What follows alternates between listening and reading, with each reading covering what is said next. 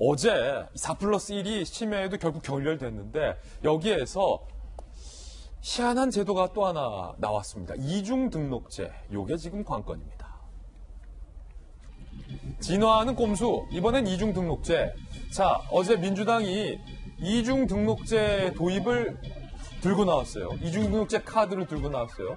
4+1 뭐 석패율이다 뭐다 지금 합의가 안 되니까 어떻게든 합의해 오려고 민주당은 자, 정의당 그럼 일로 와봐. 이중등록제 이거 어때? 근데 정의당이 들어보더니 괜찮겠다. 지금 찬성하고 있는 분위기예요. 근데 여기에 또 바른미래당이 반대하고 있어요. 자, 이중등록제가 뭐냐? 지역구에 후보를 내요. 그런데 그 후보가 지역구에서 떨어져요.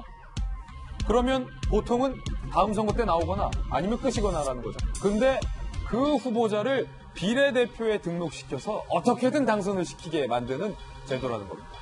비례대표를 통해서 구제가 가능하다는 거예요. 패자 부활이 가능하다는 거예요.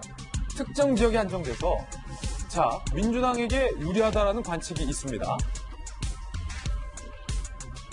자, 한국당과 바른미래당은 후한무치 끝판왕 이런 논평을 냈고 오신환 원내는요.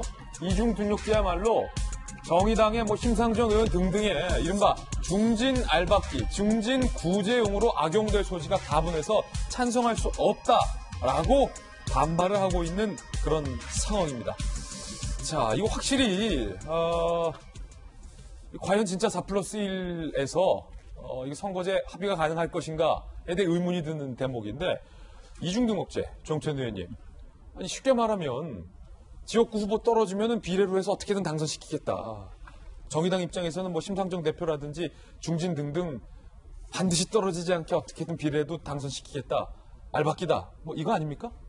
솔직히 말씀드려가지고 지금 이중등록제가 석패율하고 어떻게 구체적으로 다른지를 제가 아직 이거저거 좀 찾아봤는데 지금 잘 모르겠어요. 아니 검사 출신의 청와대 파견에 법무부도 가셨고 국정 가신 분도 모르면 본인들은 알고 협상하는 겁니까? 아니 저 좀 시간이 없어가지고. 어쨌거나 제도는 간명한 게 좋죠. 예. 그리고 주권자가 그 가장 적극적인 정치 참여인 투표를 할 때는 내 표가 이게 어떻게 쓰여진다는 걸 심플하게 알 수 있는 게 좋습니다. 예. 이 내 표가 어떻게 되는 건지를 잘 모르면 국민 주권에 좀 반하는 측면도 좀 있다고 보긴 합니다. 예. 근데 이중등록제는 석패율까지 이제 열심히 공부해가지고 했는데 저희 갑자기 나와가지고 도통 모르겠다. 일단은 공부를 좀 해야 될 것 같습니다. 아니 김병 박사님 쉽게 말해서 예를 들자면 정의당 입장에서 이중등록제를 하면 자 지역구에 심상정 후보가 나왔잖아요. 그런데 비례 2번에 또 심상정 이중으로 등록해놓은 거예요. 지역구에도 비례에도. 지역구에서 떨어지면 비례가 앞순이니까 어떻게 당선이 되겠는데 이게 문제는 민주당과 정의당이 연동형 비례를 하자라는 취지와 정반대로 배치된다는 거예요. 연동형 비례 의원을 늘리자. 전문가들, 각계 계층의 목소리를 국회에 더 많이 대변할 수 있게 하자라는 취지인데 아니 이중등록제를 해버리면은 그만큼 비례로 할 수 있는 자리가 중진들이 떡하니 차지하니까 줄어들잖아요. 연동형 비례랑도 취지가 안 맞는 거 아닙니까? 당초의 취지랑 어긋나게 되는 상황으로 계속 가게 되는 거죠. 문제가 생겨서 이쪽 정당에서 문제 제기하니까 그래 그럼 그 문제 들기 위해서 이렇게 한번 해보자. 이 문제 얘기하니까 저쪽 정당에서 그 문제가 있네. 그럼 이렇게 해보자 가니까 점점 배가 산으로 가고 있는 상황인데요.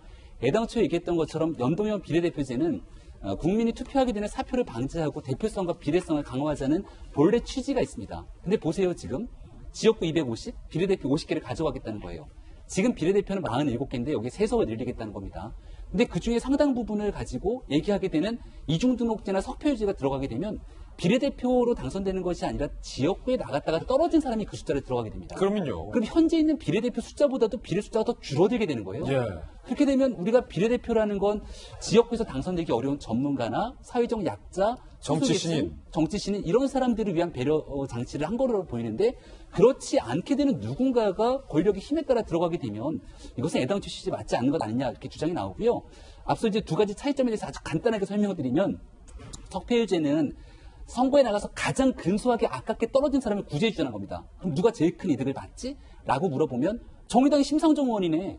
심상정 의원이 항상 가장 높은 득표를 얻기 때문에 설령 떨어지더라도 정의당의 심상정 의원 구제해 주는 제도 아니야 라고 비판하니 심상정 의원이 이거 모욕적이다 라고 얘기하면서 아예 해당되지 않고 이중등록제로 그러니까 말 그대로 떨어지는 비율 차이가 아니라 김진 기자가 지역구 출마하더라도 김진 기자의 비례대표 앞순위에 나서 이 사람은 반드시 올려줄 수 있게 만드는 게 이중등록제거든요.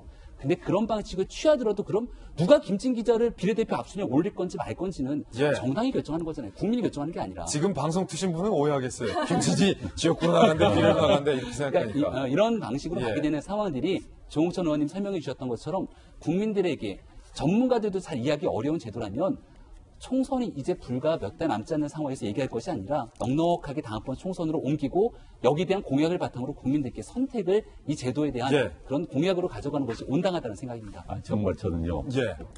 자꾸 꼼수를 주다 보면요. 또 꼼수. 게다가 지금 저는 국민들 상대로 거짓말하고 있다고 봐요. 누가요? 민주당, 정의당. 한 번 거짓말하기 시작하면요. 그 거짓말을 덮으기 시작하면 10번을 거짓말 해야 되는 겁니다. 그래도 부족한 거예요. 지금 자꾸 거짓말을 하려다 보니까는 꼼수. 방금 말씀하신 것처럼 이중 등록제는 석패로 복잡하니까 꼼수 나오는 겁니다. 이건 아니고요. 저는 왜 그리 급하게 서두르는지 미국에서는 이런 교육을 시킵니다. 자, 어린애들한테 자, 두 사람이 버스에 탔어요. 예. 창문이 닫혀져 있어요. 그러니까 한 사람은 창문을 열고 싶어. 더우니까. 한 사람은 추우니까 닫고 싶어. 이럴 때 어떻게 해야 됩니까? 애들이 지금 손 들고 열어야 됩니다. 닫아야 할 거 아닙니까? 예. 그럼 교육은 뭐냐? 현재대로 해라. 의견이 나뉠 때는 현재대로 해라. 이게 기본적인 상식 교육입니다. 아, 미국에서는 그렇게 네, 하셨어요? 그게 상식인 거예요. 상식인 거예요. 의견이 엇갈 때는 현재대로 간다는 거예요. 상황 변화를 하지 말고. 그럼 현재 선거법 관련해서 국민들은 모릅니다. 뭐가 뭔지도 몰라요. 또 현재 국회의원들 내에서도 논란이 많아요. 솔직히 대다수의 현역 의원들도 현행대로 가기를 원합니다. 그럼 왜 바꾸려 하는지 모르겠어요. 왜? 정의당 때문에? 솔직히 말로 공수법을 통과시키기 위한 그런 수단으로서 그건 아닌 거죠. 그것도 현재로 가는 게 맞습니다. 그 다음에 아까 말씀하신 것처럼 21대, 22대 후에 100명 대기를 보고 만들어야지 왜 선거 3개월 앞두고 왜 바꾸려고 저렇게 애를 쓰는 겁니까?